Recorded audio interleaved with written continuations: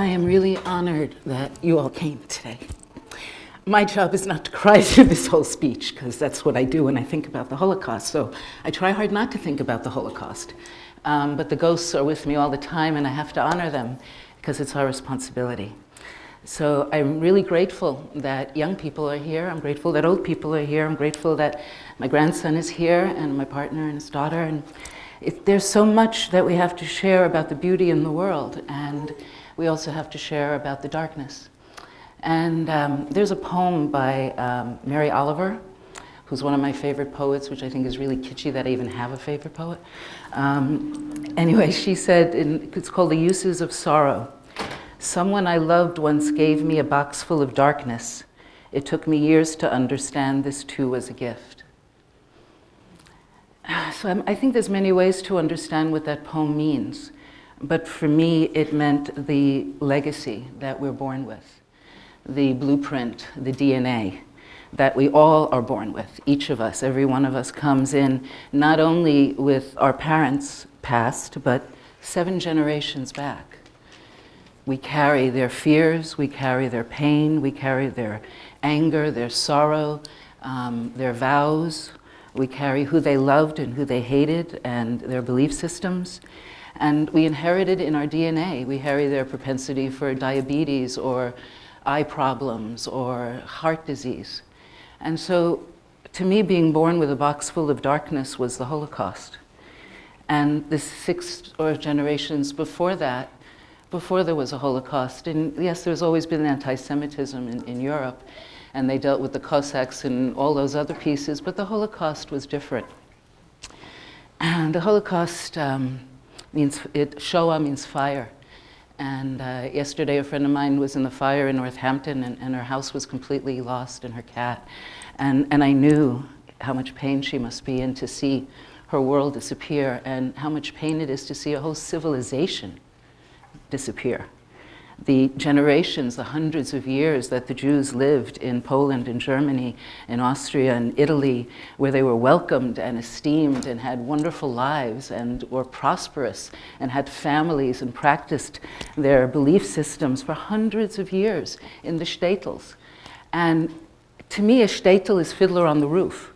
You know, that's what I think of when I think of my family is, oh, they were all Fiddler on the Roof people, you know? And when I think of being 14 years old, I think of Anne Frank.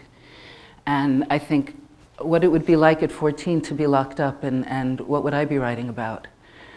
So that's how we connect, is with a human, another human being who we can somehow relate to understand, because we can't understand 6 million Jews. We can't understand 1.5 million children. There's no way for us, the capacity of our mind, it just can't take all that in.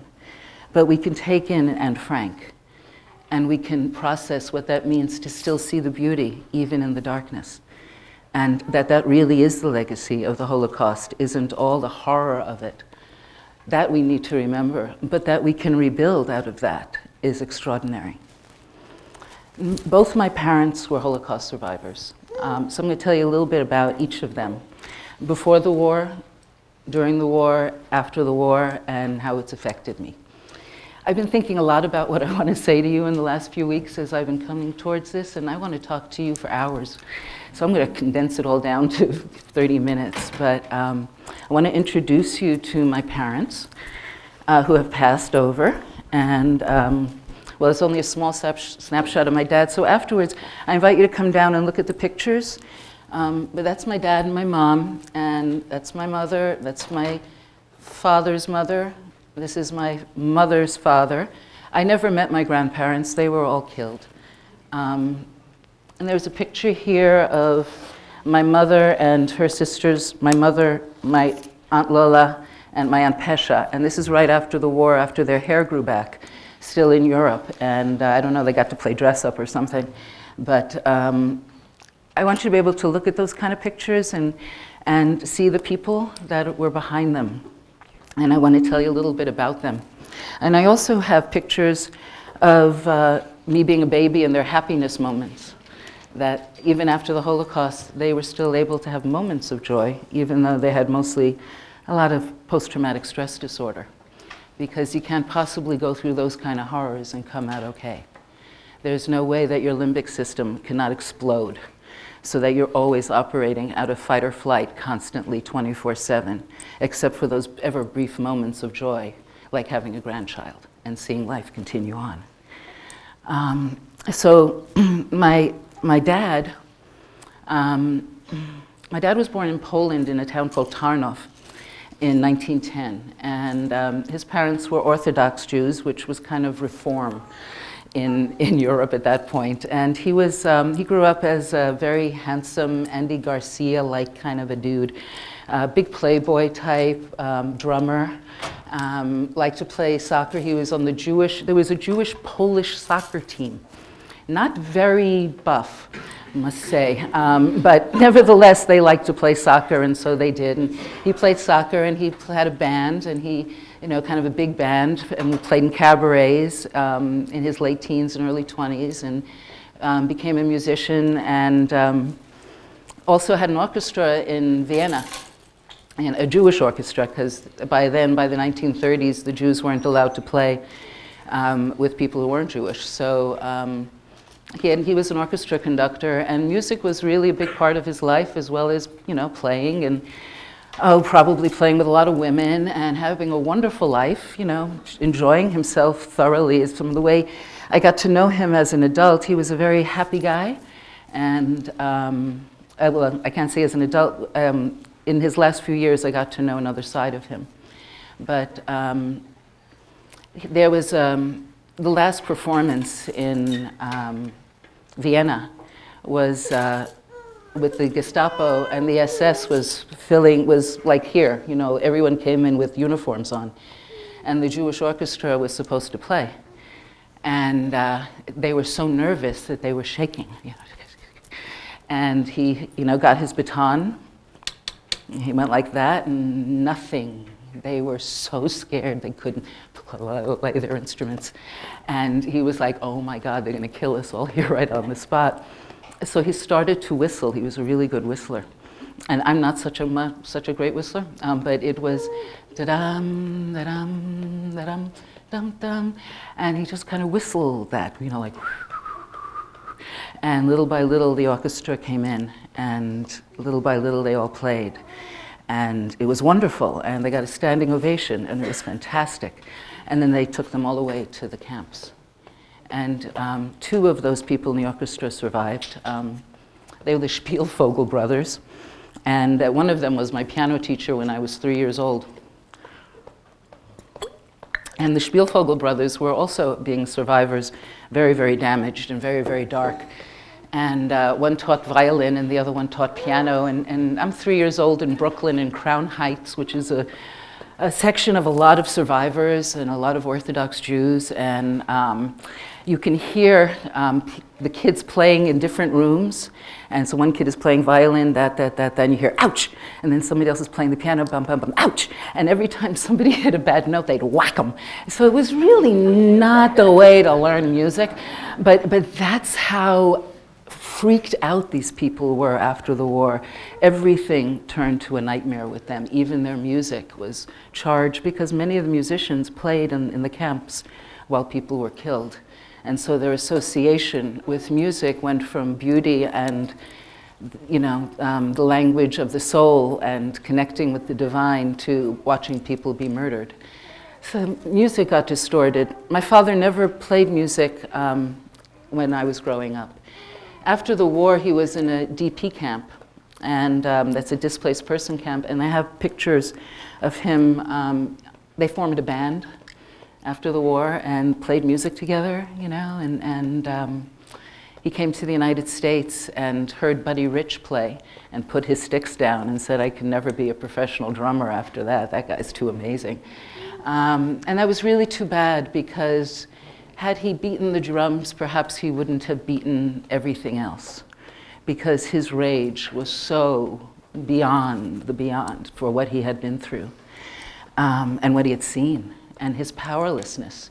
The psychology of the male and the female is different, and for a man to be so powerless, to be in the war camps for 5-6 years, to be a slave. I never knew my father. I always felt he was a shadow, that he had died, and nobody told him to lie down.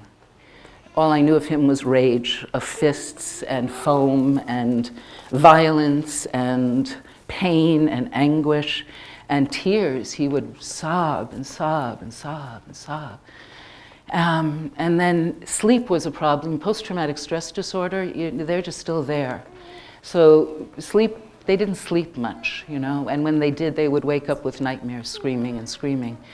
So survival wasn't always a good thing, I thought, I came to believe.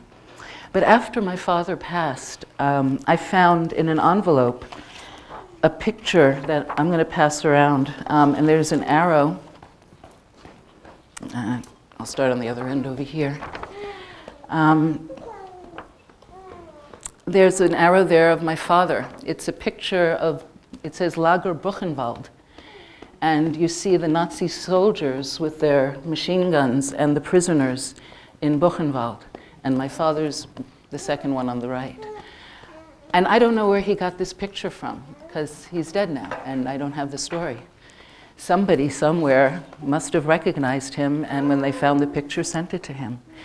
But that's the only thing I know about what he did during the war years. He could never talk about it. I'd say, "Where were you, Dad?" He'd go, I don't remember, I don't know. And he was so embittered and so much pain. I also have pictures of him smiling and laughing, and they always included grandchildren. You know, the joy of seeing the next generation, to see that candle lit. One of the last pictures in here is also a picture of my mom and my dad at a Holocaust memorial. And it was her last one. She died a month later, and the blessing was not only did they light a candle, and I lit a candle, but my daughters lit a candle. And they were 4 and 7 then. So the blessing of seeing that go on, to see that life continues. And what can we do with the trauma? We've been so vicariously traumatized by the stories. But my father had no stories. He did never speak about what happened to him, what he saw, other than when my mother said, "All men are animals," he'd say, "Absolutely true."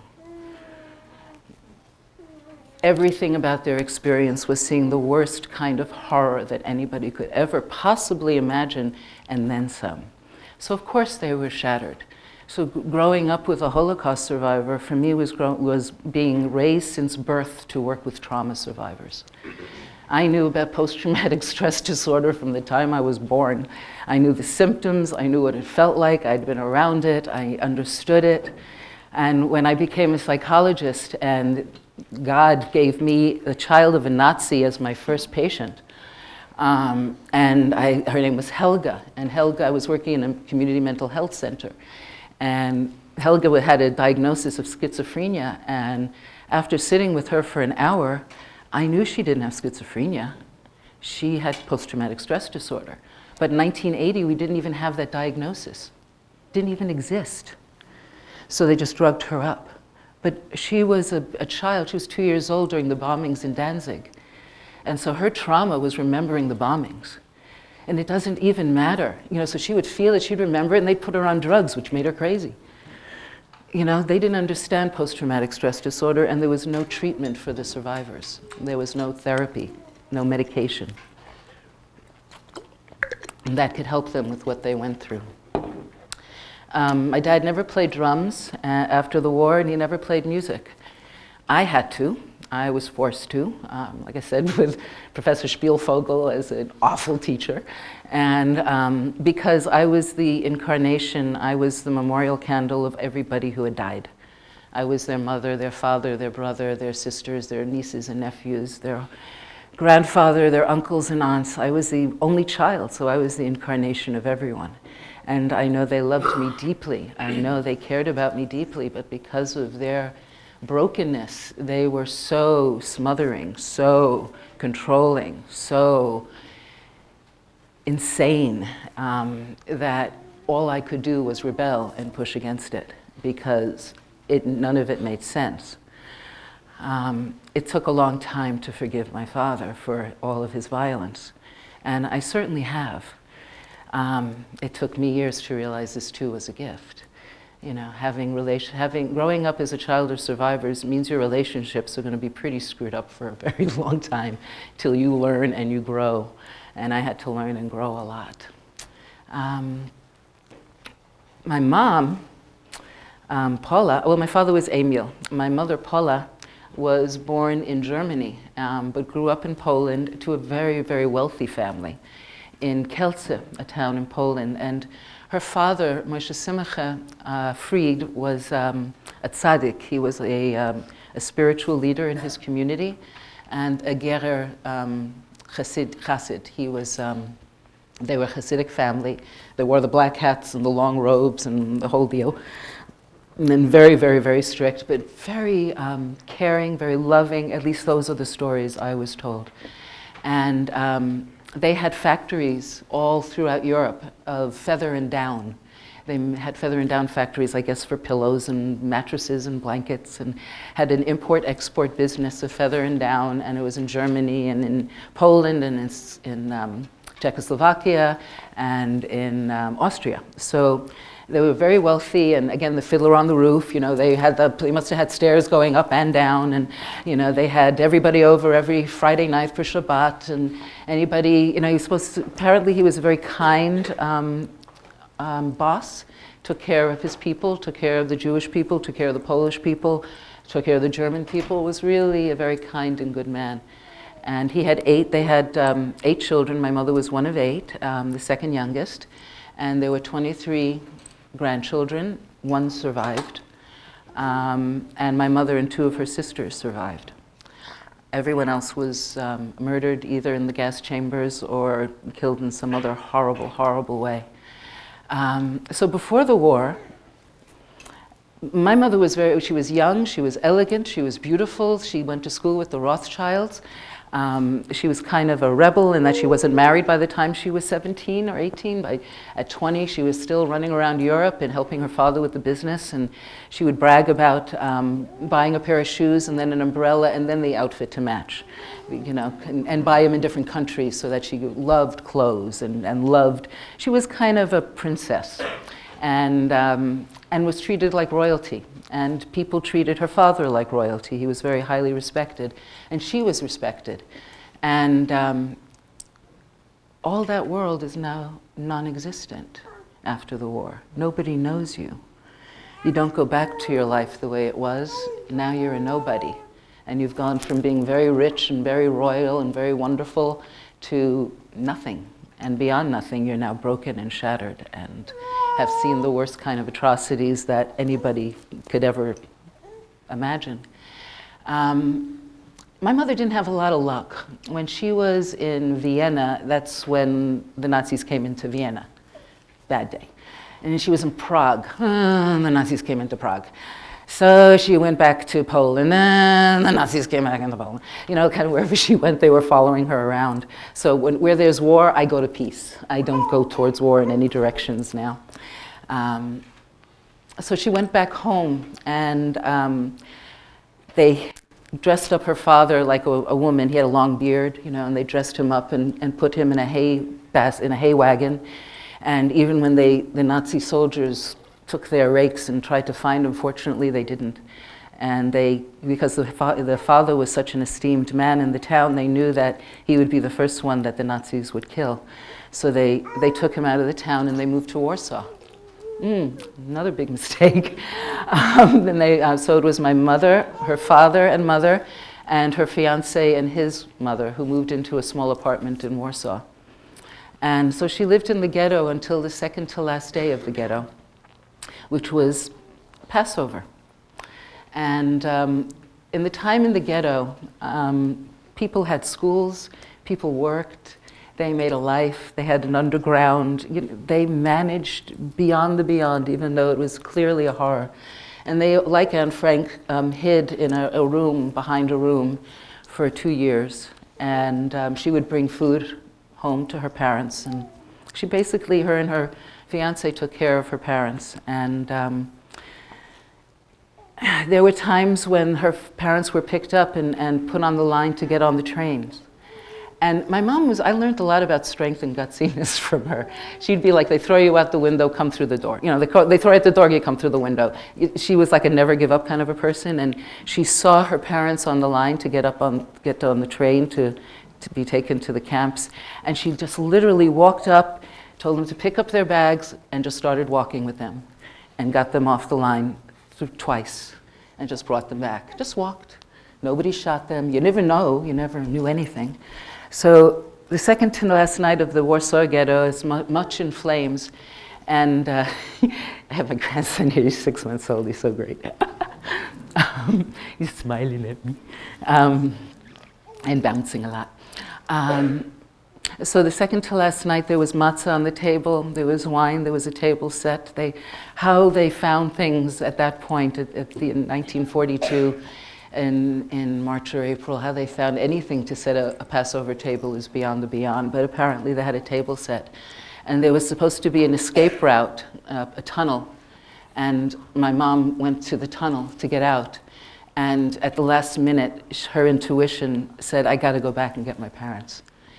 And she turned around, and everybody who went through the tunnel was killed. She turned around and went back, and when she went back, her parents had been taken. And it was already the second to last day, everything was in flames. And they were taken to Bergen-Belsen. And I don't know if my grandparents were perished in Bergen-Belsen or Mauthausen, or if they actually went to Auschwitz. But I know they died somewhere there. And my mother went to Auschwitz. And my mom was heavy. She wasn't a thin woman. Even though she'd been starving for years, she just had that kind of, zaftig kind of a thing going on. And so when Mengele, the Dr. Mengele, says to go to the left or the right, he took her arm and he said, die bist ausgefressene, meaning she was well fed, and sent her to the work camp instead of to the gas chamber. But where he touched her, all her life she had pain. It was just the place of that. And again, I don't know all the stories of what she did in Auschwitz for 3 years. I know she lived through some terrible horrors and saw terrible things. A woman that they kept alive because they kept her pregnancy a secret, and helped her labor in silence. And then when the baby was born, they drowned the baby immediately, because otherwise they would have killed the mother and the baby, but they would have tortured them with some kind of terrible experiments. So what kind of decisions, what can a mind do to deal with these kind of decisions? To save a mother and kill a baby in order to save the mother and the baby? What kind of insanity creates such a condition? I can't even imagine. And I have nothing but compassion for anybody who's gone through those kind of experiences. And so she was broken. She was also a hard worker, and she was in Auschwitz. She would talk about the uprising. There was an uprising, apparently, in Auschwitz, and there were women who did the uprising, and they were making ammunition.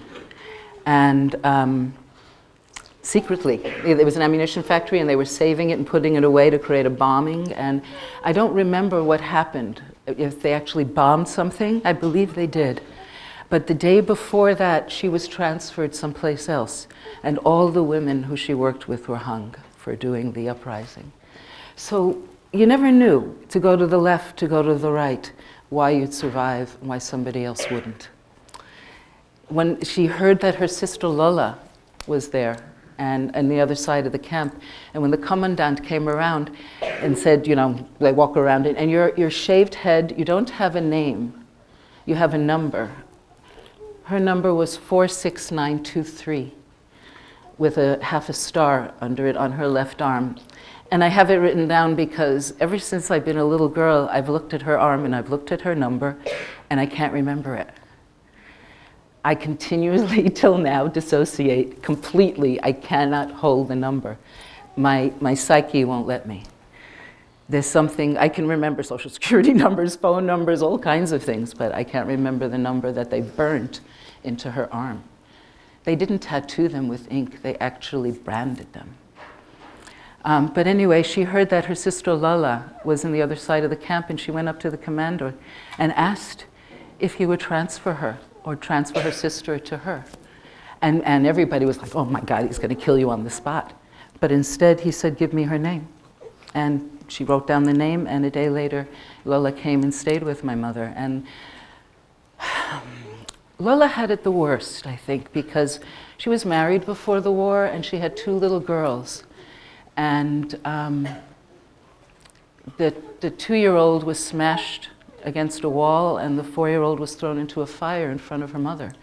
So after the war, when she had my cousin Sima Gilda, she lost it. It wasn't a comfort, it was back then, and never she came back from there. So my cousin had it the worst because she never got to have a mother at all, because her mother was always in the past and always grieving the endless loss of her babies. Whereas my mother had everybody but didn't have her own children, so I was everything. My Auntie Pesha was hidden during the war. So as a Christian, she was hidden and she worked as a nurse, and so she was a little less crazy. She was a little bit more able to function in the world, but of course she still had all the terrible wounds of war. But people had different psychological levels depending on the level of terrible suffering they went through. And being in a concentration camp, there just can't be any way of coming through that and being sane. It's impossible.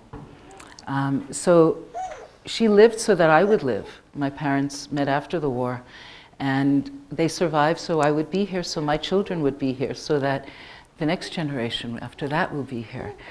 Almost time, okay. So what I want to tell you about is, in the few minutes that I have left, you have questions you can ask me, is taking all this experience and making the legacy one of love and renewal. As survivors, they didn't have a choice. All they had was trauma, and in the trauma, and no therapy to deal with it. So children of survivors, we have a choice. We don't have to live in the past, but I really believe that my ancestors cheer that I live in freedom, and that I must, that it is my responsibility to celebrate freedom every moment of every moment, and to always, always appreciate the fact that I can get into my car and drive anywhere I want without a roadblock stopping me and asking for my papers or making me wear a star. And that I have the freedom to go to school, and I have the freedom to stand up for or against my government. For now, against before, so things are way better. But I have the right to do that now. I have the right to practice my rituals without worrying about being taken away. I have the right to go to a synagogue or take a walk in the woods and travel between states and go around the world. I never take that for granted. I think the responsibility is for us to really revel in our freedom and celebrate what our ancestors couldn't. And all of us came from immigrants. Every single one of you, your ancestors got off a boat and came from some old country and left behind a world they never got to go back to, and customs and language and peoples where they lived for thousands of years. And they had to leave all that behind, and now we're here, and what are we going to do with it? Take it for granted? That would be so disrespectful to our ancestors. Our work is to cherish and celebrate life in every way. So I dance my joy, I dance with my shadow and lead the dance, I dance my pain, I dance my depression, I dance my grief, I dance for my parents because they couldn't, I dance for their pain because they couldn't process it, but I'm getting a signal that I'm almost done, yeah? So that's what to me is the legacy of the Holocaust, is that no matter what they did, they can't stop us. That as long as we have life, there's hope. And even if there wasn't hope for my mother and father as survivors, there was the hope for the next generation, and now the hope for the next generation to live in peace and to be ambassadors of peace, to make sure we never treat anybody else the way we don't want to be treated, that we always treat people with respect and kindness, always, every time, because we are the divine, each of us, in our hand, in our voice, in our touch. What we do is up to us. So I had to make peace and sit with children of Nazis and have a group for children of survivors so I could understand and process and make peace with my enemies and say, you know, that there was a few bad people.